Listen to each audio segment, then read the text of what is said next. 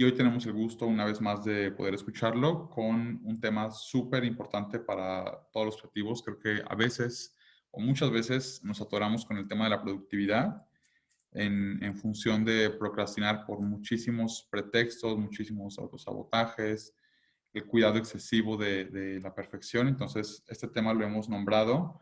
Lo que está hecho es mejor que lo que es perfecto. Y ese es el auténtico fiat, hacer la voluntad de Dios. Entonces, bueno, pues les damos la bienvenida a todos a esta sesión. Sebastián, ¿ya estamos listos? Hola, buenos Hola, días. buenos días. Bien, Quique me tiró las orejas porque ayer, entre la ansiedad y el nerviosismo, olvidé hacer una oración al comienzo.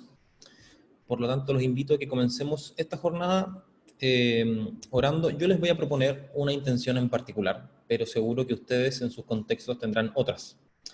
Me imagino que ayer en la mañana amanecieron con las noticias del conflicto entre Estados Unidos e Irán. Y durante estos últimos días también hemos visto los incendios que han ocurrido en Australia. Eh, por lo tanto, teniendo eso en el corazón, los invito a que podamos orar. En nombre del Padre, del Hijo y del Espíritu Santo. Amén.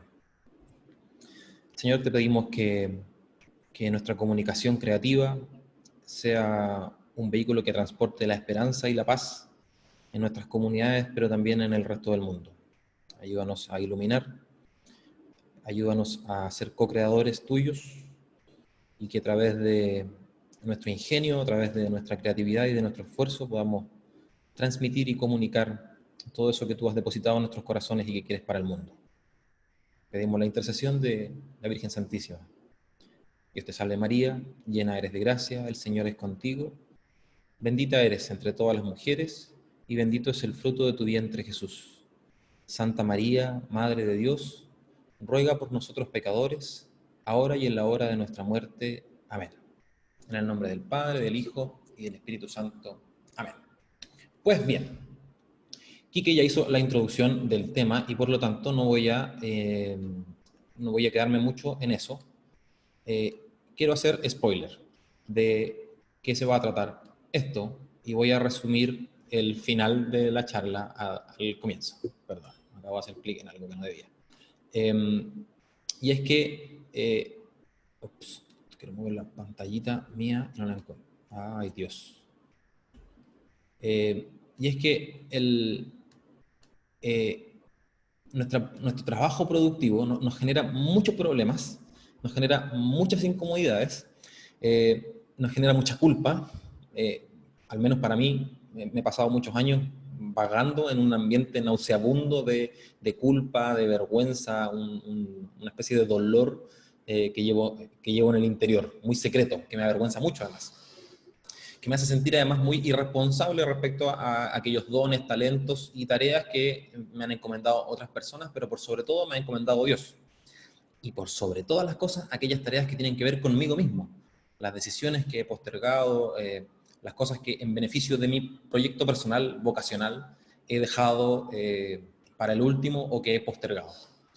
El spoiler es que no tengo fórmulas para ofrecerles, pero al igual que en la sesión de ayer, quiero proponerles un método del cual yo sinceramente no aplico a cabalidad, no lo sigo al pie de la letra, pero hay muchas cosas, muchos elementos que sí aplico en mi vida personal y que sí aplico en mi vida laboral. De hecho, lo he implementado en el equipo. Yo tengo un equipo de trabajo, que es un equipo de trabajo pastoral, un equipo de trabajo teológico y comunicacional. Son profesionales que trabajan en un área de la cual yo soy el responsable. Y con ellos hemos llevado adelante este método. Por lo tanto, les hablo desde la experiencia de haberlo usado, haber usado algunos de estos elementos. El spoiler entonces es que no tengo fórmulas, no los voy a sacar de la procrastinación. No obstante, les voy a compartir algunas cosas que creo que pueden ser muy provechosas para ustedes. Primero, quiero compartirles, aquí hice algo mal, sobre el flujo de trabajo de Dios, para ponernos en contexto. Me imagino que ustedes, mucho mejor que yo, estoy seguro la mayoría, han estudiado el Génesis. Y han estudiado los primeros dos capítulos del Génesis. El Génesis 1, cuando Dios crea las cosas día tras día, y el Génesis 2, cuando crea todo de un suácate y crea las especies animales, en fin. Aquí hay dos cosas que podemos tomar pedagógicamente. Sabemos que el Génesis no es un libro, no es una crónica histórica. No había nadie ahí tomando apunte de cómo iba Dios haciendo las cosas.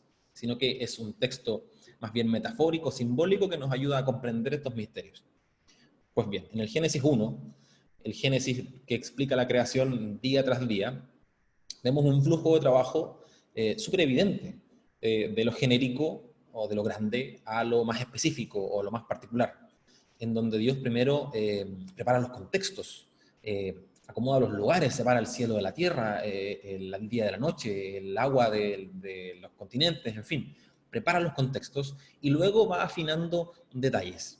Es un muy buen ejemplo metodológico de cómo debiéramos enfrentar las cosas. Muchas veces nos preocupamos al final de los contextos como tener una silla cómoda o tener el computador con la carga completa o haber tomado un buen desayuno o haber dormido bien. Ese tipo de contextos, no necesariamente arrendar una oficina de lujo en un edificio fantástico con aire acondicionado.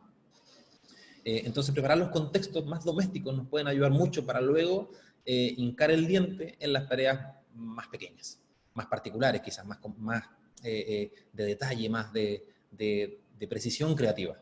Ese es el Génesis 1. Ahí hay un ejemplo del flujo de trabajo de Dios. Y en el Génesis 2, a mí me encanta, yo le decía aquí que puede ser que esté bordeando una herejía, no quiero ser un hereje, sino que es una interpretación un poco libre, una interpretación teológica un poco libre del flujo de trabajo de Dios, que sirve para una imagen pedagógica. Y es que cuando Dios crea, en el Génesis 2, crea las cosas de a golpe, de a conjunto. No hay día tras día, sino que crea el cielo, la tierra, las aves que no sé qué, los animales, las bestias del campo, y crea al hombre, a su imagen y semejanza. Y a mi parecer, esta es la interpretación que algunos de ustedes, por favor, tómenla como una caricatura. Estoy orquestando la historia, el relato bíblico, no es una interpretación doctrinal de la palabra de Dios. Nos sirve solo pedagógicamente. Al crear al hombre, crea al mismo tiempo un subproducto no deseado, que es la soledad. No existía nada. Por lo tanto, todo lo que empieza a existir es creado por Dios. Todo es creado por Dios. No hay nada creado por otro. Y el hombre está solo y se lo manifiesta a Dios. Y Dios dice, uy, válgame, acabo de crear algo que no quería crear. No existía la soledad y al crear al hombre solo, existió. Y tiene que corregir su flujo de trabajo. Y aquí hay una especie de ensayo y error, porque la siguiente creación que hace Dios para acompañar al hombre son las criaturas. Y le dice, toma, aquí están los animales del campo, las aves del cielo, los peces del mar, ponles nombre, domínalos y, en fin, disfruta de todos los animales para que te acompañen. Y el hombre les pone nombre, en fin, ustedes conocen el relato, ¿no? Sin embargo, al paso del tiempo, el hombre vuelve a manifestarle a Dios, ¿sabes qué? No te quedó tan bien, porque me sigo sintiendo solo, sigo sintiendo que hay un vacío. Entonces, por segunda vez, Dios se enfrenta a su flujo de trabajo, a su planificación, a su diagrama Gantt, a su carta Gantt, no sé cómo le llaman ustedes en sus países, y se da cuenta que la planificación no funcionó del todo bien. Yo me lo imagino tomándose la cabeza a dos manos y diciendo, ¿qué hago ahora? Y entonces hace caer al hombre en un sueño profundo, le saca la costilla con el barro, moldea a la mujer, y ahí sí, eureka, el hombre dice, esta sí es carne de mi carne, sangre de mi sangre, ahora sí, y Dios tiene que haber dicho, uff, ok, llegué al deadline, lo logré, hacemos la entrega y el cliente está feliz. Pero luego de un ensayo y error. Aquí quiero llegar con esto a que no nos frustremos cuando nuestra planificación del flujo de trabajo o de la administración del trabajo que tenemos pensada no llega a buen puerto a la primera. Porque a Dios, en el capítulo 2 de la Biblia, su flujo de trabajo no le funcionó del todo bien, o al menos como él esperaba. Espero que no hayan tomado esto como una herejía, sino que como una interpretación pedagógica. Y entonces, dicho esto, asumimos entonces que todos tenemos un problema. Este problema de la procrastinación que nos genera culpa, como les decía, frustración, vergüenza, ansiedad por kilos y mucho estrés. Es un problema, no podemos evadirlo, lo tenemos. Algunos más, algunos menos, hay quienes lo gestionan mejor, hay quienes lo gestionan peor, pero lo tenemos. Por lo tanto, ese sería nuestro contexto para comenzar. No puedes no hacerte cargo. Tienes este problema. La libertad que se nos ha dado socialmente, la libertad que nos ha dado Dios, nos permite un margen que nos mete en un problema. ¿Será nuestra naturaleza humana? ¿Será la cultura? No tengo idea, pero tenemos un problema. Yendo a las definiciones, no me interesa hacerlas, ayer vi muchas, por lo tanto voy a compartir en este momento en el chat un link de una charla de Tim Urban, que es una charla TED, vale la redundancia, en donde él explica, denme un segundito que estoy aquí peleando con la plataforma. Aquí en el chat, si es que lo llego a encontrar. Acá. Un segundo. Aquí. Les voy a compartir el link para que ustedes luego puedan ver las definiciones de qué es lo que es procrastinación. El tipo es tremendamente lúdico para explicarlo. Y la verdad es que yo lo paso súper bien cada vez que veo esta charla, y la veo una vez cada 3 meses porque me vuelvo a sentir representado por la forma en la que él define y explica lo que es la procrastinación. Ahí les dejo el link, ustedes lo ven luego. Volvamos. Habiendo definido, a priori, supongo que además lo conocen, pero les va a ayudar mucho ese video, hay una especie de leyes que no son leyes científicas, sino que no es que la sociología no sea una ciencia, sino que más bien es una forma de caricaturizar la gestión del trabajo, sobre todo de la cultura corporativa. Es que aparecen hace varios años atrás un pack de leyes. Y una de esas leyes, búsquenla en Wikipedia, se van a reír mucho, hay muchos videos además, se llama la ley de Parkinson, que tiene varias premisas. En general, la premisa más importante que se usa, de hecho, como caricatura en la cultura corporativa, es que el trabajo se expande tomando las dimensiones del tiempo que se tiene asignado para hacer. Es decir, si a ti te dicen que tienes que entregar tu tesis en 3 meses, te vas a demorar 3 meses. Si a ti te dicen que tienes 6 meses para entregar tu tesis, adivina, te vas a demorar 6 meses. Y lo más probable es que la calidad de la tesis sea la misma. Si te dijeran que tienes que entregar la tesis a fin de enero, lo más probable es que también lo logres. Y la calidad de la tesis probablemente sea la misma, porque el trabajo se expande hasta ocupar todo el tiempo que tiene designado para ello.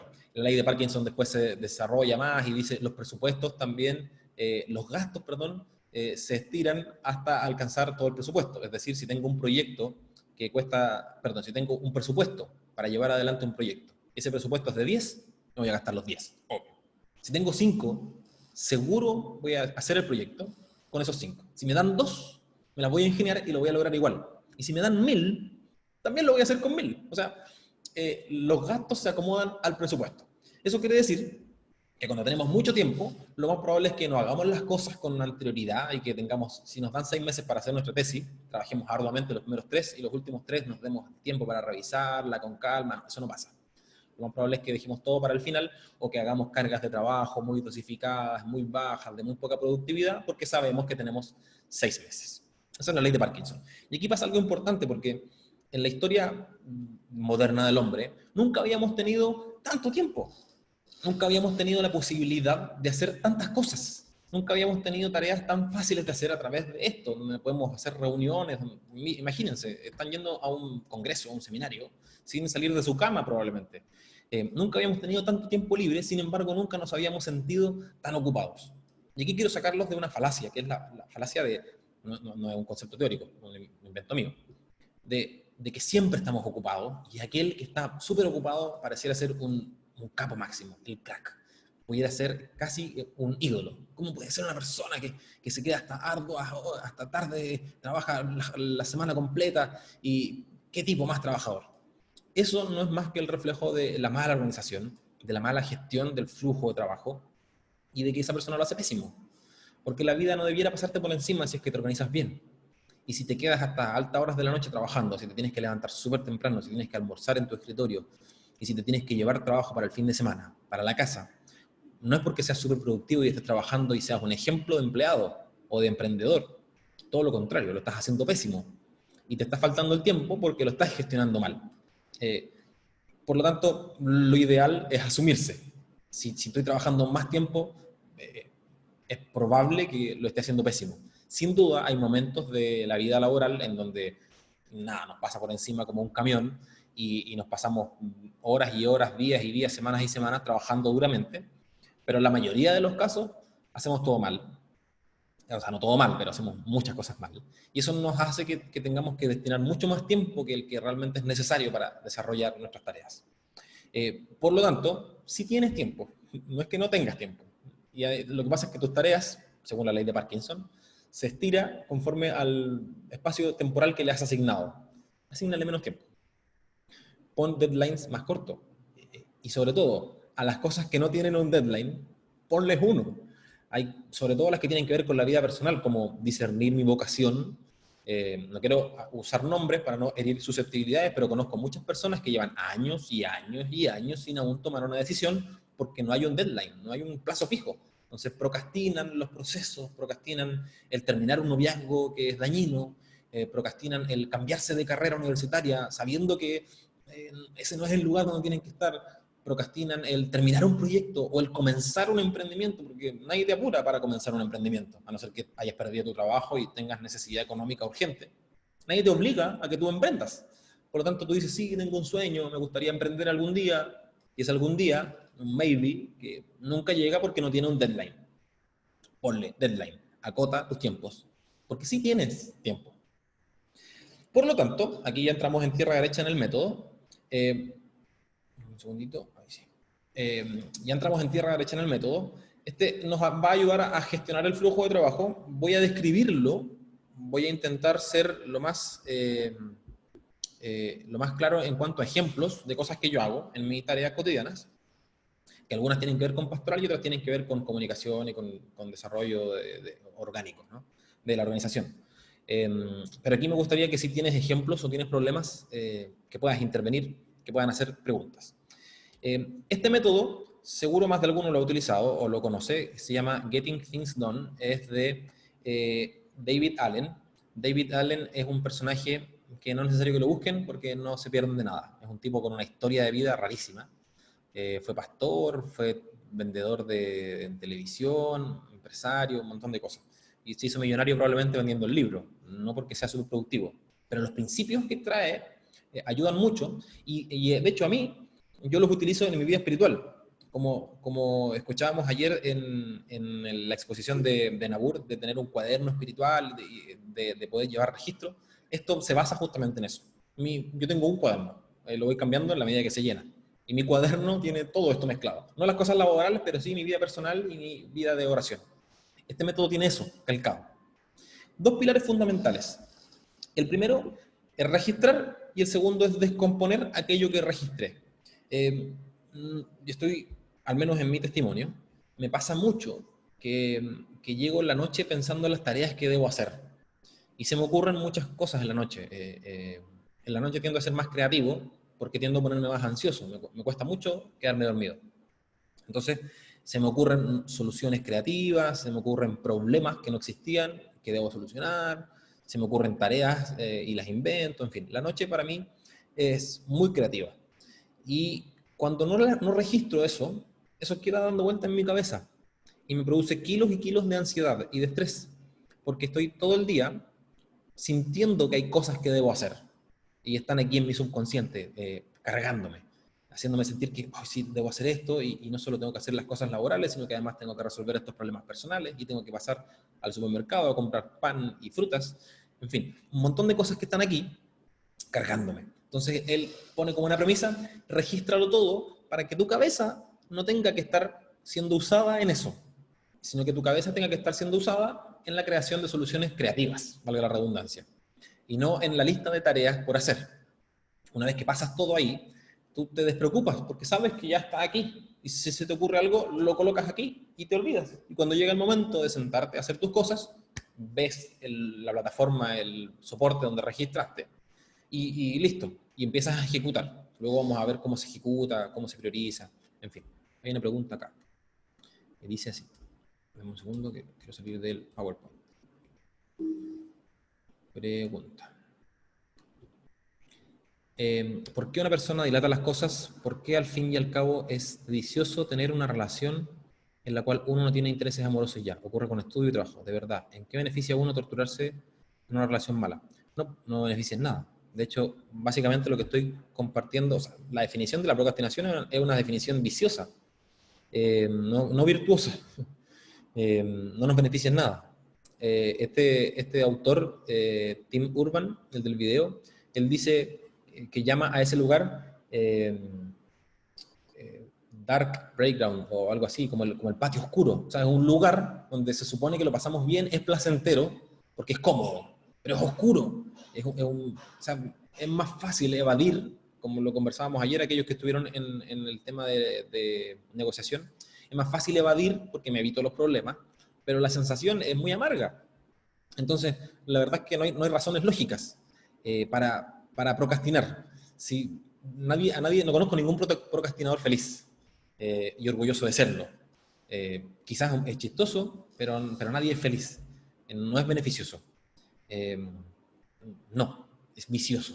No debemos procrastinar. Amigos, no procrastinen. Justamente por eso estamos aquí. Porque probablemente varios de ustedes tienen les pasa. No, sobre todo a los que tenemos ocupaciones o las hemos tenido freelance, donde nosotros somos nuestro jefe, donde nosotros decidimos a qué hora levantarnos, a qué hora acostarnos, a qué hora sentarnos a trabajar. No hay una explicación teórica a por qué dilatar. Sí hay una explicación que lo vamos a ver ahora, justo la diapositiva siguiente, de cómo funciona nuestra cabeza y por qué nuestro espacio más racional del cerebro se ve superado por este otro más instintivo, que justamente evita los problemas, que quiere sobrevivir, en fin. Espero haber respondido. Entonces, para ponernos en contexto, estas son las ideas de Daniel Kahneman, entiendo que es un psicólogo. Él explica muchas cosas sobre el comportamiento humano o intenta explicarlas, pero él, en una de sus premisas teóricas, él propone que nuestra mente está dividida en dos sistemas. Con un nombre muy creativo, a uno le puso sistema 1 y al otro le puso un sistema 2. Claramente no es bueno asignándole nombre a las cosas. Y dice que el sistema 1 es este sistema intuitivo, más animalesco si se quiere, más primitivo. De hecho, él dice, el hombre que somos nosotros, no quiero hacer una confrontación teológica sobre la creación de Dios y la teoría de la evolución, no es mi tema, no me interesa en este momento, pero el hombre que somos nosotros, la especie, el Homo sapiens sapiens, existe hace, no tengo idea, te voy a inventar, 200 millones de años, no tengo idea de verdad, estoy inventando el número. Y ese es el mismo que somos nosotros ahora, no es una especie que haya modificado su estructura física, biológica. Y ese ser humano está desarrollado, fue creado para identificar una amenaza de algo bueno, para reconocer a alguien que es un enemigo o que es un familiar de la comunidad, para saber si esto es un alimento o no, para reproducirse y preservar la especie, para establecer relaciones sociales. En eso usaba la cabeza, o sea, para saber si tengo que cazar o no cazar ese mamut, para saber si tengo que escapar o no de ese fuego, en fin. Esa misma cabeza es la que nosotros tenemos ahora, ese mismo desarrollo biológico de nuestro cerebro. Y además está el sistema 2, que es el sistema racional, en donde están nuestras operaciones concretas, en donde metemos esta bolsa de problemas que no existían en ese tiempo. Un problema que no existía hasta hace 60 años, 70, ponle, es justamente el problema vocacional relacionado a la ocupación. Porque el problema vocacional relacionado al estado de vida ha existido desde antes de Jesús incluso. Al estado de vida me refiero a consagrarse a Dios, o dedicarse a la vida de la familia, o quedarse soltero, que serían las tres opciones de un estado de vida: dedicarse a Dios, a la familia o a la soltería. Pero lo que tiene que ver con la ocupación, eso no existía. Si tú nacías en una aldea y tu papá era pescador, adivina a qué te ibas a dedicar tú: a ser pescador. Y si tu papá era agricultor, agricultor, artesano, artesano. Y si tu papá era un noble, y si tu papá era un oligarca, probablemente tú ibas a heredar esos privilegios y te ibas a dedicar a eso, quisiéraslo o no. No había discernimiento vocacional posible. Hasta hace 20 años atrás, al menos en Chile, las opciones de carreras universitarias eran, no sé, 50, 60, siendo optimista. Hoy día deben haber más de 500 opciones de carreras universitarias, técnicas, semiprofesionales, en fin. Por lo tanto, el discernimiento de la ocupación tiene un abanico ahora muchísimo más grande, ya no es instintivo, y nos genera un montón de problemas. Porque muchos de nosotros, usando este sistema racional que no está tan desarrollado, tratamos de tomar decisiones que se están moviendo en este otro lado, en el de nuestras tripas, en el de nuestro sistema más intuitivo. Y por lo tanto nos cuesta mucho tomar estas decisiones, abordar estas tareas, nos cuesta mucho trabajar, y nuestro cerebro se ve muy estresado por tener que hacer estas cosas para las cuales no está del todo preparado. Dicho esto, el GTD, este método de Getting Things Done, propone un flujo de trabajo de 5 pasos. 5 pasos. Si quieres tomar nota, este es el momento. Si quieres ir desarrollando alguna cosa en particular, un proyecto, una tarea, ahí puedes ir tirando ideas rápidamente, después tú te tomarás el tiempo. A todo esto, el método propone o sea, más que propone, asume que tú te vas a detener en algún momento del día y además te vas a detener en algún momento de la semana. Cosa absolutamente fundamental para un cristiano. Hay que rezar. O sea, debemos detenernos a encontrarnos con el Creador. Debemos detenernos a encontrarnos con nosotros. Y debemos detenernos a encontrarnos con todo lo que nos rodea, nuestra familia, nuestros amigos, el trabajo, en fin, nuestros prójimos en general. El método asume que tú vas a poner el freno una vez al día para hacer esto, para que luego el resto del día el trabajo no te pase por encima o lo evites y evadas y dilates todo, lo procrastines. Entonces, estos 5 pasos voy a intentar hacerlo lo más rápido posible y con ejemplos. El primero sería recolectar. Entonces tú toma un soporte, elige uno, el que quieras. Un cuaderno, yo prefiero no el papel porque me obliga a estar con él. Yo uso una aplicación, después les hablo de las aplicaciones, pero que está online, entonces la tengo instalada en el computador, la puedo ver a través de la página web, la puedo ver a través de mi teléfono, en fin. Y esa aplicación me permite que en donde yo sea que esté, puedo registrar, recolectar. Por lo tanto, todo lo anoto, todo. Desde comprarme calcetines porque tengo una fiesta el fin de semana, hasta hacer la investigación en una base de datos para terminar la tesis del posgrado. Anota todo. Comprar verduras, limpiar el baño y hacer una presentación de PowerPoint para Waymakers. Todo tiene que estar recolectado, no se tiene que quedar nada. Y cada cosa que se te aparezca por la cabeza, regístrala, con el objetivo de que este sistema 2, el racional, que se estresa con mucha facilidad, esté con la capacidad de almacenamiento libre para poder dedicarse a las soluciones creativas o para poder dedicarse a solucionar las tareas. Y no para que se tenga que dedicar a almacenar información. No hay nada más incómodo que estar haciendo una tarea, sobre todo una tarea que no es mecánica, sino que requiere una reflexión, que requiere creatividad, que requiere estar metido ahí. Y mientras lo estás haciendo, tienes detrás tuyo la presión de algo que debes hacer después, o de algo que se te olvidó hacer antes. Entonces, es difícil concentrarse cuando en tu cabeza hay una lista de cosas. Recolectar es el primer paso. Lo segundo es procesar. Aquí es donde quiero hacer poner cosas más detalladas en cuanto al método. Esto aplícalo 100% para tu vida espiritual y aplícalo un 99% para tu vida laboral. Lo primero es que si aquello que recolectaste, que anotaste, te toma menos de 2 minutos hacerlo, no lo anotes, hazlo. Esa es una ley. Si te toma menos de 2 minutos, hazlo. Si tienes que enviar un mail, no anotes enviar un mail. No, envía el mail. Si tienes que saludar a un amigo que estaba de cumpleaños, no digas voy a saludar a Juanito después del almuerzo. No, salúdalo. Si toma menos de 2 minutos, eso que tú recolectaste, hazlo. Poner las verduras en el refrigerador o enviar el informe del flujo de trabajo de no sé qué. Hazlo. Si toma menos de 2 minutos, hazlos. Si esa tarea no es tuya, pero se te vino a la cabeza, porque hay que entregar la maqueta de no sé qué, hay que, en fin. Si no es tu tarea, delégala, pero delégala, no te la dejes tuya. Delégala, después vamos a ver qué hacemos con las cosas que delegamos, pero delega cosas. Por lo tanto, es súper saludable tener gente a la cual delegarle. Si está muy, muy difícil de hacerla, posponla. No te tires de cabeza contra las cosas difíciles. ¿Ya se acuerdan del flujo de trabajo de Dios? Primero el contexto, lo grande, separar el cielo de la tierra, el agua del mar, el día de la noche. No se puso a crear los pececitos y el microplancton, no, lo grande. Si está muy difícil, déjala para un momento en donde puedas sentarte a hacer cosas difíciles. Si no tiene nada que ver contigo, pero se te vino a la cabeza y te abruma, ya, lo recolectaste, lo procesaste. Si no tiene nada que ver contigo, deséchalo, descártalo. Si estás pensando, por ejemplo, en la vigilia de Pentecostés que se viene en mayo, creo, de este año, no sé, conozco el calendario litúrgico del 2020. Si estás pensando en la vigilia de Pentecostés y que te gustaría que fuera, no sé qué, ¿tiene que ver contigo? ¿Tú estás a cargo? Nada, deséchalo. Si se te ocurre alguna idea que otra persona puede llevar adelante, bueno, 3 pasos más atrás, delégalo. Pero no te hagas cargo de cosas de las cuales no te puedes hacer cargo.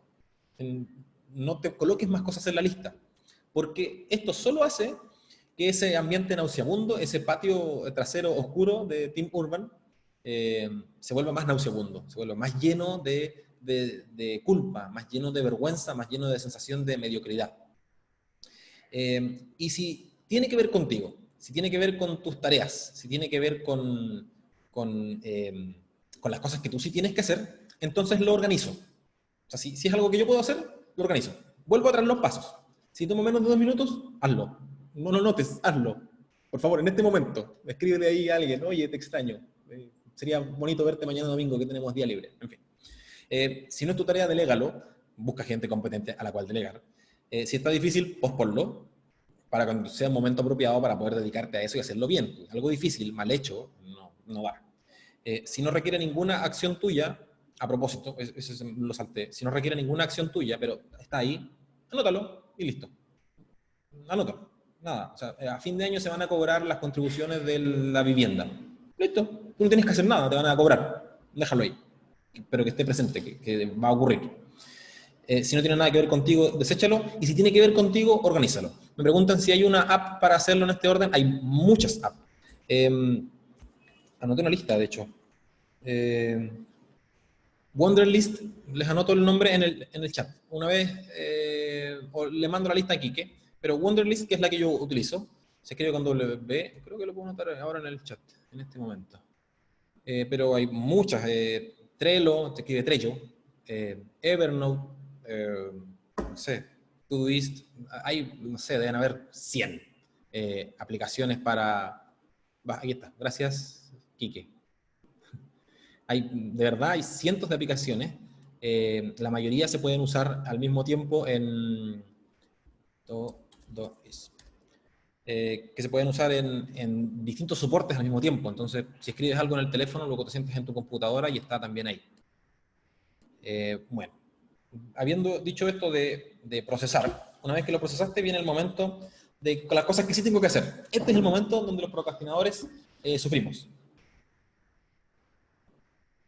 Porque es el momento de hacer las cosas. Ya la primera parte es bonita, incluso a los que usamos Sketchbook y tenemos nuestra libretita, es muy hipster y vamos a un Starbucks y anotamos, esa parte nos encanta. Y la disfrutamos mucho, nos sacamos selfies, fantástico. Y si hacemos cosas de iglesia, entonces aún más, somos millennials ecclesial 2.0. Lo pasamos fantástico. Pero llega el momento de hacer las cosas y aquí es donde se nos pone cuesta arriba. En el organizar es cuando llega el momento en donde debemos decidir qué cosas se hacen y cuándo se hacen. Y entonces aquí sí hay 4 subclasificaciones. Intenta no tener muchas subclasificaciones. A mí me pasaba, por ejemplo, en mi email, que ese es un universo aparte, y mi email es casi un 100% pastoral. O sea, me llegan las cuentas que debo pagar y cosas de la pastoral, porque ese es mi trabajo. Mi email es un mail pastoral. Durante muchos años fue una biblioteca de decenas de carpetas, donde todo era una subclasificación. Yo intentando mantener el orden, lo que logré hacer era un archivador lleno de carpetas donde era muy difícil encontrar las cosas. Porque eran tantas carpetas que al final era casi una carpeta por archivo, o por mail, o por tarea. Por lo tanto, se me hacía muy difícil el flujo de trabajo porque tenía que ir hojeando 34 carpetas hasta encontrar el correo que quería encontrar, o las tareas que debía hacer, o los requerimientos que me habían hecho, en fin. Por lo tanto, lo ideal es primero clasificar en 4 cosas. Creo que, sí, en 4 cosas. Lo primero es que anotes las acciones o las próximas tareas. Estas acciones o próximas tareas son cosas asibles. Perdonen que no quiero ningunear su capacidad intelectual. Todo lo contrario, quiero ser lo más claro posible. Yo no puedo anotar como una tarea organizar vigilia de Pentecostés, porque esa no es una tarea, eso es un proyecto. Una tarea sería hacer la difusión, que tampoco es una tarea. La tarea sería diseñar un afiche. La segunda tarea sería publicar esos afiches programadamente, como nos hablaba ayer el padre Joaquín, y hacer, en fin, una planificación estratégica de cómo vamos a hacer las publicaciones. Esas son tareas. Una tarea, yo no puedo colocar en mi lista de tareas escribir mi tesis. Es imposible. Si yo veo eso anotado en la lista, me suicido en ese momento, porque es imposible sentarme a hacer la tesis. Lo que yo puedo hacer es recolectar bibliografía, lo que puedo hacer es escribir el capítulo 1, lo que puedo hacer es organizar las tablas, lo que puedo hacer es redactar el índice para después ir completando. Acciones. No puedo colocar ahí comprar sofá o renovar el reloj. estoy mencionando las cosas que tengo aquí a mano, no soy muy creativo para esto. Sino que lo que puedo hacer es, ok, hoy en la mañana voy a dedicar media hora a buscar en sitios web sofá o relojes. Mañana domingo voy a ir a 2 tiendas donde sé que son más baratos y quiero ver el reloj ahí, probármelo y sentir cómo funciona. En fin. Esas son tareas, esas son acciones concretas. Pero comprar un sofá es inabordable porque podemos subdividirlo en muchas tareas pequeñas. Entonces lo primero es que cuando se te venga algo en la cabeza, que lo recolectaste y que te diste cuenta, una vez habiéndolo procesado, que es tuyo, entonces divídelo en acciones que se puedan hacer. Ojo acá, sobre todo en la pastoral, porque nosotros como tenemos el calendario litúrgico, miramos el año en función del calendario, que se nos viene la Cuaresma, la Semana Santa, el tiempo pascual, Pentecostés y así. No todo va al calendario. Y aunque queramos colocarle un deadline, hay muchas cosas que no pasa nada si no las hacemos en esa fecha. Si yo digo comprarme el reloj, o si yo digo pedir la amplificación, el sistema de sonido a don Juanito, que es el encargado, y yo lo pongo ahí, martes a las 14 horas, hablar con don Juanito para que nos preste el sistema de amplificación. Si no lo hago el martes, ¿qué pasa? Nada. Lo puedo hacer el martes a las 15 de la tarde, lo puedo hacer el miércoles a las 8 de la mañana, lo puedo hacer el viernes, antes de la vigilia de Pentecostés, a las 10 de la noche. Porque si se pasa del calendario, va pasando el día. Imagínense que su vida va pasando a través del calendario. Y llega el martes a las 2 de la tarde. Y decía ahí hablar con don Juanito para que nos preste el sistema de sonido. Y pasaron las 2 de la tarde, te salió la alarma en el teléfono y tú seguiste tu día porque lo procrastinaste. No pasa nada con esa tarea. Intenten no meter cosas que no sean citas, que no sean reuniones, que no tengan que ver con otras personas. No las metan en el calendario, métanlas en la lista. Y después vamos viendo cómo llevamos adelante esa lista. Sí debiera ir ahí en tu calendario, en la aplicación que utilices de calendario, una reunión que tiene una hora, esto, por ejemplo, que sí o sí se hace en una hora en particular, en fin.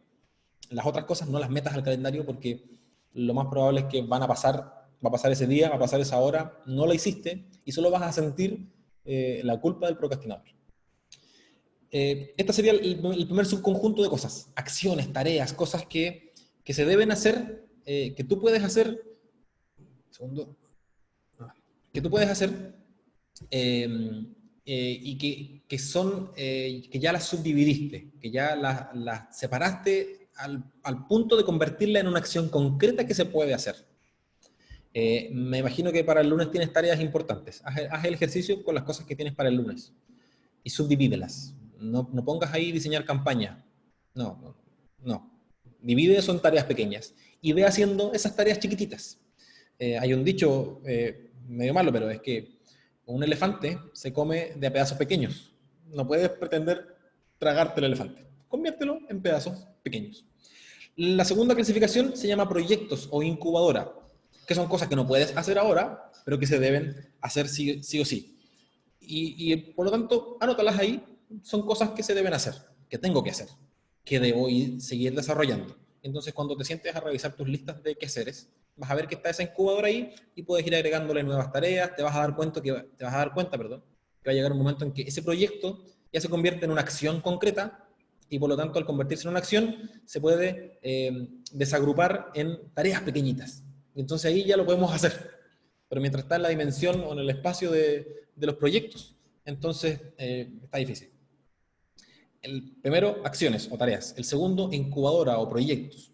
El tercero se llama en espera o referencia. Anótalo, pero son cosas que probablemente no dependen 100% de ti, sino que dependen de un otro. O sea, tú enviaste la cotización o el presupuesto y queda anotado en la lista de espera, porque ahora te tienen que responder si te lo aprueban o no, si te contratan o no te contratan. Solicitaste el gimnasio para hacer un encuentro de jóvenes, el campamento de no sé qué. Anótalo, que lo hiciste y que estás esperando la respuesta, para que sepas que eso está pendiente y si no llega esa respuesta, tú, oye, te solicité esto, por favor, respóndeme. En fin, en espera, la mayoría de las veces tiene que ver con procesos que se están llevando más allá del alcance de tus capacidades. Y lo último, la última de la lista, voy a volver atrás, es las acciones o tareas, el 1, los proyectos o la incubadora, el 2, en espera, es el 3, Y el cuarto sería el quizás, el maybe. Aquí el autor en español le coloca algún día. Te acuerdas que tienes que tomar un curso de inglés. No va a pasar nada si no lo tomas, pero anótalo, curso de inglés. Tengo que hacerlo, es súper necesario. De hecho, si no sabes inglés, sábelo. Si no sabes leer en inglés, lee en inglés, resuélvelo. Es un requisito fundamental para nosotros. Y lo anotas en la lista de algún día. Que tienes que hacerlo, sí. Que si no lo haces, pasan cosas, hay que hacerlo, pero no es urgente. Y no tiene que estar necesariamente calendarizado. Una vez hecho estos 4 pasos de haberlo procesado todo, o sea, acciones, incubadora, en espera y algún día, maybe, o en fin, una vez que lo procesamos, lo organizamos. Porque aquí es donde viene el problema grande. Y aquí se acaba la parte hipster, donde anotamos las cosas en nuestro sketchbook. Un segundo, creo que hay una... Aquí es donde se acaba la parte hipster. Y ya no tenemos que estar anotando otras cosas y no podemos sacarle una selfie a este momento. Porque aquí empezamos a hacer cosas. Y en nuestra vida espiritual es donde ya aquí muere todo. Nos vamos a un retiro y anotamos cosas en nuestra libreta y es fantástico, nuestro corazón se inflama, nos sentamos el lunes en la mañana con toda la energía, nos tomamos un café, anotamos, muy rico todo, pero cuando llega el momento de empezar a hacer, se nos traba la cosa. Porque viene el momento de la organización. Un segundo. Bueno, esta es la lista que les decía. La lista que les mencioné recién. Viene el momento de la organización donde tengo que priorizar qué cosas van a ir primero y qué cosas van a ir después. ¿Cómo establezco prioridades de qué voy a hacer ahora y qué voy a hacer después? Les propongo dos son teorías, y de hecho de ambas hay libros hechos al respecto, en inglés, no los he encontrado en español. La primera se llama Tráguese ese sapo, Eat That Frog. Suena feísimo, ¿no? Pero el contexto que propone el autor es: no puede haber nada más terrible en la vida de una persona que comenzar su día tragándose un sapo vivo. No obstante, después de eso, todo lo que venga va a ser miel sobre hojuelas, va a ser caminar sobre las nubes. O sea, lo peor que te puede pasar en tu vida es tener que tragarte a primera hora de la mañana un sapo vivo. Entonces lo que dice este autor es: comienza tu día tragándote un sapo. Identifica tu sapo. Perdonen la figura metafórica, simbólica, ¿no? Pero identifica en todas estas cosas que anotaste, cuál de estas sería no la más compleja en cuanto a nivel de dificultad, pero sí la más incómoda de hacer, la más desagradable, la que probablemente el día jueves a las 6 de la tarde la odies y la patees no para el viernes, para el próximo lunes. Y comienza el día tragándote ese sapo. Entonces organizas tu lista, ya pusiste todas las cosas, pero ahora hay que darle prioridad. En eso consiste la organización. La prioridad sería el sapo. Comenzamos tragándonos, comenzamos el día haciéndolo más desagradable, porque luego de eso, todo lo que venga va a ser mucho más fácil que lo podamos llevar adelante. Tragarse el sapo. Y la segunda, que más o menos responde a la misma lógica, se llama Ley de Pareto. La buscan en Wikipedia y aparece en un artículo muy entretenido y hay muchos videos de la Ley de Pareto. Se escribe como suena, Pareto, que propone que es una relación de 20 a 80, una relación de causalidad. Él dice: el 20% de las cosas son responsables del 80% de las consecuencias que me ocurren. Y al mismo tiempo, el 80% de las cosas solo afectan al 20% de las consecuencias. Un ejemplo. Lo más probable es que en tu lista de Excel, en tu planilla de datos, donde tienes tu presupuesto mensual, del tuyo, no el de tu organización ni tu emprendimiento, el tuyo, con el que pagas tus cuentas, tienes un montón de cosas ahí: el arriendo, la alimentación, el transporte, vestuario, en fin, las cosas que tú tengas, no las conozco. Lo más probable es que el 20% de esas cosas se lleven el 80% de tus gastos. Anota ahora la lista de cosas genéricas que tienes que hacer: trabajar, hacer deporte, juntarte con amigos, ir a la parroquia, un proyecto personal, no tengo idea, no viajo, en fin. Si anotas una lista de las tareas grandes, como conjunto de tareas, lo más probable es que el 20% de esas tareas se lleven el 80% de tu tiempo. Al revés. El 80% de las cosas que nos abruman son responsables solo del 20% de las consecuencias. O sea, el 80% de la gente afecta muy poquito en nuestra vida.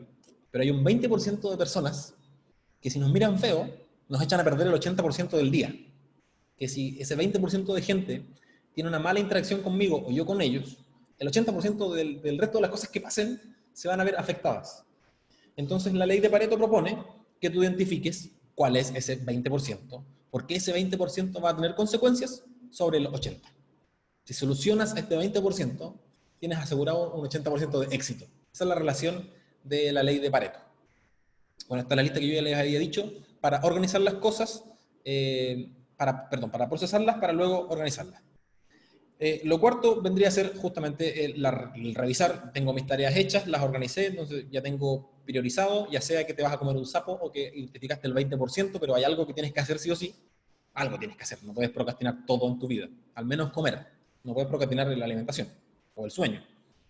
Una vez que lo tienes, revisa. Por eso el método sugiere un momento para detenerse. Yo lo hago cuando rezo. En mi trabajo hay una capilla. Yo todos los días en la mañana llego y paso a la capilla. Y hago mi oración de la mañana, entrego el día y ahí mismo, frente al Señor, reviso las cosas que tengo que hacer. Muchas veces ahí me llega la iluminación del Espíritu Santo y se me ocurren soluciones creativas o se me ocurren tareas que no se me habían ocurrido. Y reviso. Y reviso el día anterior también. Y voy chequeando y voy revisando porque hay algunas cosas que pasan de un día para otro, o que pasan de un mes para otro, o que eran mías y de un momento para otro se transforman en no mías y las puedo delegar. O las puedo dejar en la incubadora, o las puedo dejar en algún día, en fin. Ir revisando, porque si no vuelve a pasar lo mismo, que queda en mi cabeza esta sensación de una lista enorme de cosas que no he abordado. Y obviamente llega el momento del hacer, que no tiene mucha más explicación que simplemente hacer. Haz tus cosas. Dicho esto, John Perry, pueden buscarlo, creo que tiene una charla TED, no lo dejé el link acá. John Perry dice, ya, estos métodos son fantásticos, ayudan mucho, se nos ordena la cabeza, seguimos siendo hipsters y anotamos nuestras cosas, pero asumámoslo, somos procrastinadores.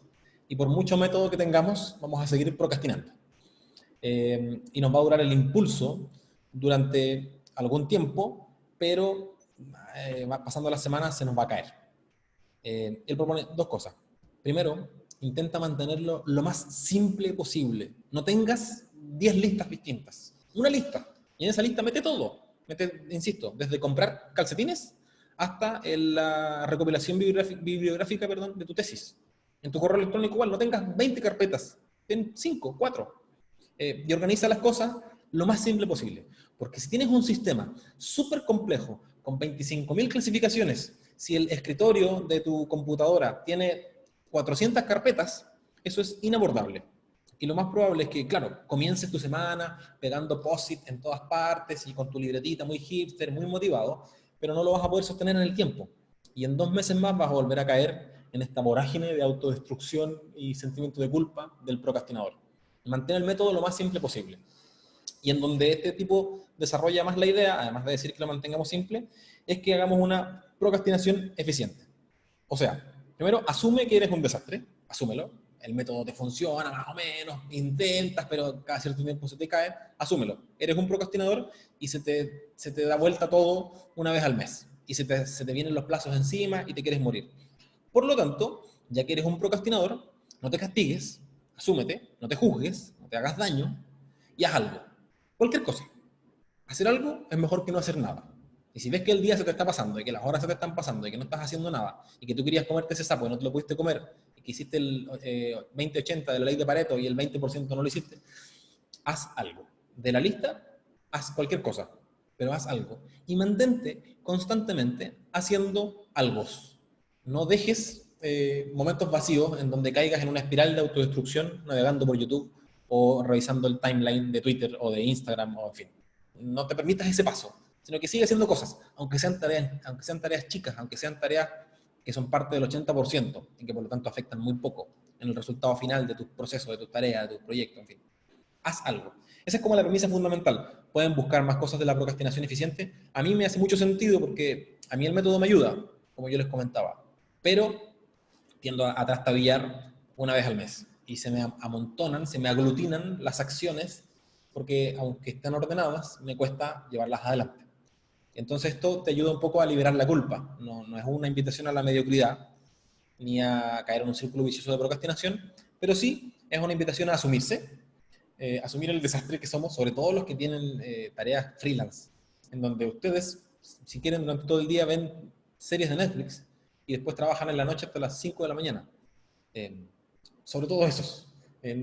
Aunque el sistema les pase por encima, intenten mantener esta procrastinación, pero eficiente, haciendo tareas, aunque sean tareas pequeñas.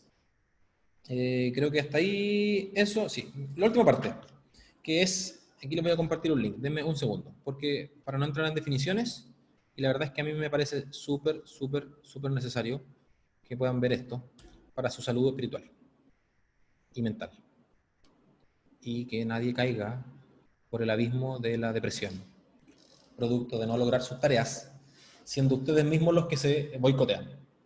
Les dejé ahí el link, pero el tipo tiene un libro en inglés, lamentablemente. Lean inglés, si es que no leen. En donde él desarrolla los problemas motivacionales modernos. Y entonces él, justamente, no pensando en la procrastinación, sino que pensando en la motivación. A eso se dedica. Eh, a mí me hace mucho sentido, justamente, en la productividad, porque el tipo descubre por qué hay cosas que no queremos hacer y nos dice qué características debieran tener las cosas para querer hacerlas. Eh, a modo de ejemplo bíblico, eh, obviamente ustedes conocen, me imagino, la parábola de los talentos, del señor que se tiene que ir de viaje y le deja los talentos a sus siervos, y luego les pide cuentas. Y en general nosotros hacemos la mirada del siervo, y tratamos de no ser ese siervo malo e infiel que tomó el talento, lo enterró y luego se va a donde hay llanto y rechinar de dientes, sino que intentamos ser el siervo bueno y fiel, que tenía 5, los convirtió en 10 y pasa a disfrutar del gozo del Señor, y a disfrutar de los banquetes y de la fiesta. Uno tiende a ponerse en la posición del siervo. Te invito a ponerte en la posición del Señor. Y en la administración de a qué cosas tengo que ponerle 5 y a qué cosas tengo que ponerle 1. Muchas veces nosotros queremos ponerle 1 a algo, perdón, queremos ponerle 5 a algo que solo es de 1. De hecho, si ustedes ven el pasaje bíblico, deberían lo copiado. Me equivoqué ahí. Él dice que conforme a su capacidad les iba entregando 5, 2 y 1. No es solo un capricho del Señor en el talento, sino que él dice, él ve la capacidad que tiene y le entrega 5, le entrega 2 y le entrega 1. O sea, él hace un diagnóstico para luego asignar su fuerza. Eso es lo que debiéramos hacer nosotros en las tareas y también en los aspectos de mi vida en donde hay parcelas de mi corazón y hay parcelas de mi capacidad intelectual que son para 1, lamentablemente. Y hay otras parcelas que son para 5. Y a veces yo le meto 5 a algo que es de 1. Imagínense si a ese siervo que le entregaron un talento, le hubieran entregado los 5. Entierra los 5. Hubiese sido mucho más grave el pecado que cometió. O sea, enterrar uno ya es malo. Imagínense si hubiese enterrado los 5. A veces nosotros nos hacemos eso a nosotros mismos. Nos pasamos 5 talentos en algunos aspectos de nuestra vida en donde no somos capaces de abordarlo. Bueno, lo que hemos conversado estos días, del discernirse a uno mismo, ¿no? A la luz de la oración, de entenderme para poder luego llevar adelante las cosas que tengo en la cabeza. Daniel Pink dice que para que yo haga algo y lo haga bien, mis niveles de motivación, o para mantener la motivación, perdón, para mantener mis niveles de motivación, ese algo que estoy haciendo debiera reunir 3 características. Si las reúne, estoy caminando hacia el éxito. Estoy caminando hacia el éxito. Por lo tanto, ¿por qué se lo propongo a ustedes? Porque ustedes tienen cierta libertad de elegir qué tareas van a llevar adelante, qué proyectos van a asumir, qué trabajos van a aceptar. Y además, como son emprendedores, ustedes se inventan cosas. Intenten, al menos desde la teoría de este tipo que sabe, al menos más que yo, las características que debieran tener. Algo me va a motivar solo si me lleva hacia el camino de la maestría. Eso quiere decir, un segundito acá, tengo una ventana abierta, ahora sí, que las cosas que hago me hacen mejor. O sea, si la tarea que yo estoy haciendo es una tarea mecánica, es una tarea repetitiva, que no me convierte en un mejor profesional, es una tarea que no se me hace desafiante, aunque no sea mecánica y repetitiva, que no es desafiante, sino que es de un nivel de exigencia muy bajo, lo más probable es que nuestra motivación esté por los suelos y lo procrastinemos. Busquen tareas que les lleven consigo el deseo de ser mejor en las cosas que son importantes, al menos para ustedes. Ideal si son importantes también para la comunidad. Entonces, las tareas que no tienen maestría, o que no la requieren, son muy poco motivantes. Y por lo tanto, muy fáciles de pasar al tacho de la procrastinación. Lo segundo es que sean tareas que involucren la autonomía. No hay nada más triste cuando te toman y te dicen, tú tienes que hacer esto, tiene que ser de estas dimensiones, tiene que ser con estos colores, tienes que colocar esta foto, esta tipografía y tiene que tener este texto. Tienes que juntarte y pegar. No hay ni una cosa que tú puedas decidir sobre esa tarea que te dieron. En cambio, cuando te dicen, tenemos un problema, queremos hacer una imagen para promocionar, no tengo idea, el campamento del verano, y tenemos estas nociones, queremos que sea simpático, fresco, renovado, en fin, y ahí te la dejan. Y tú tienes que hacerte cargo. Cuando tienes autonomía, entonces ese desafío de libertad es mucho más motivante. Maestría y autonomía. Imagínense cuántas veces nosotros, que lideramos proyectos, hemos dado tarea a otras personas que no involucran ni la maestría ni la autonomía. Cosas como inflar globos, mover sillas, recortar letras de colores, rellenar una planilla, una tabla de Excel.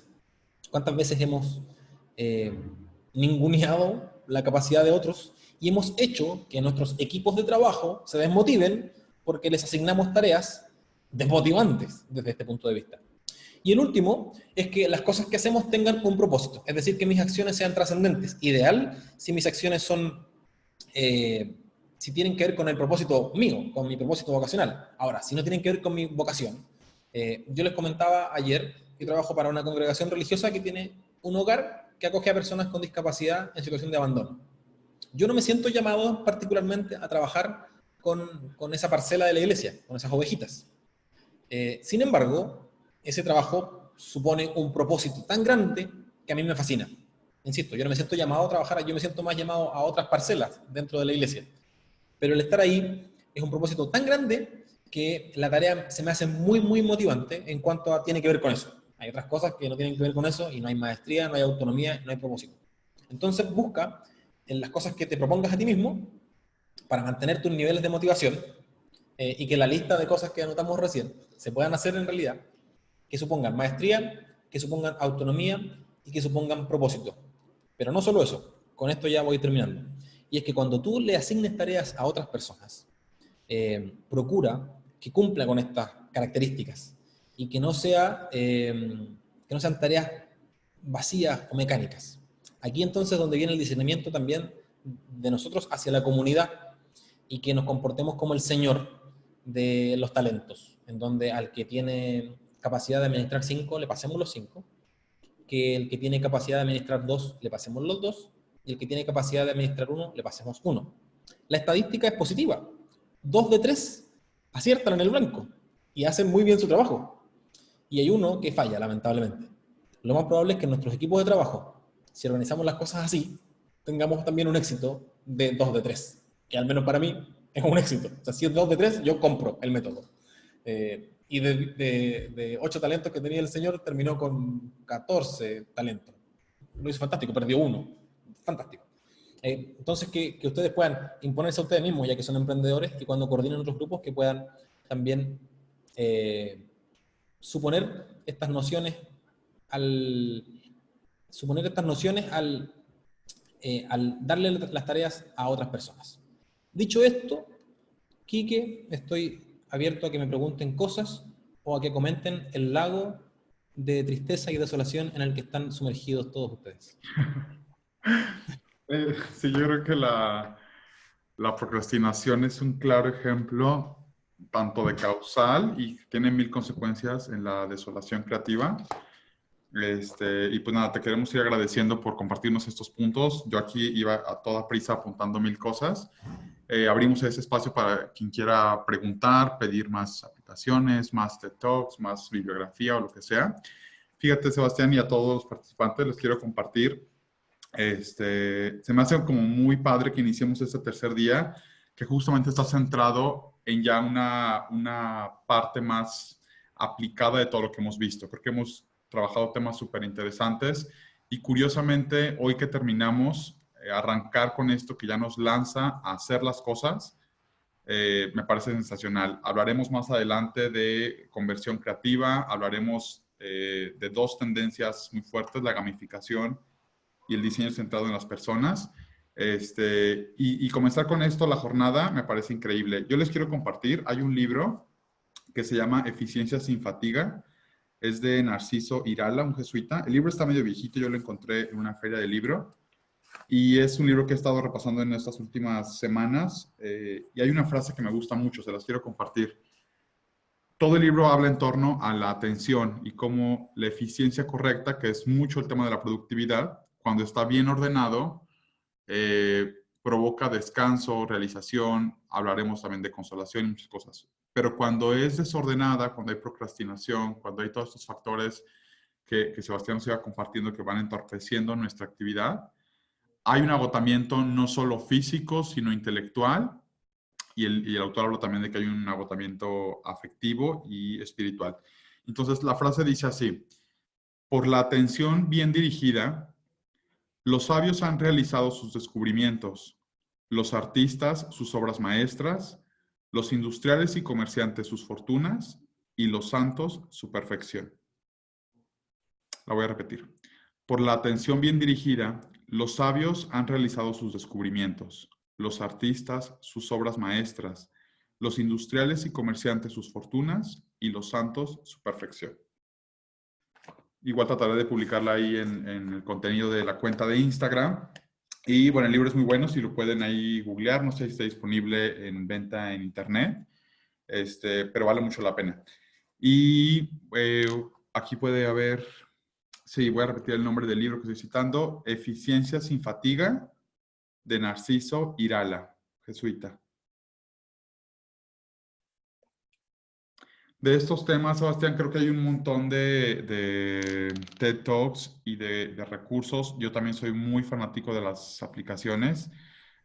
Hay veces que sí me enredan más y al final termino más desolado. Hay otras veces que sí me ayudan mucho. Yo personalmente con Wunderlist trabajo de maravilla porque puedo hacer como categorías y carpetitas muy sencillas que no me complican la existencia. De repente Asana o algunas similares que son más como de workflow sí me complican mucho más porque a veces no cumplo los tiempos que me pongo y fracaso.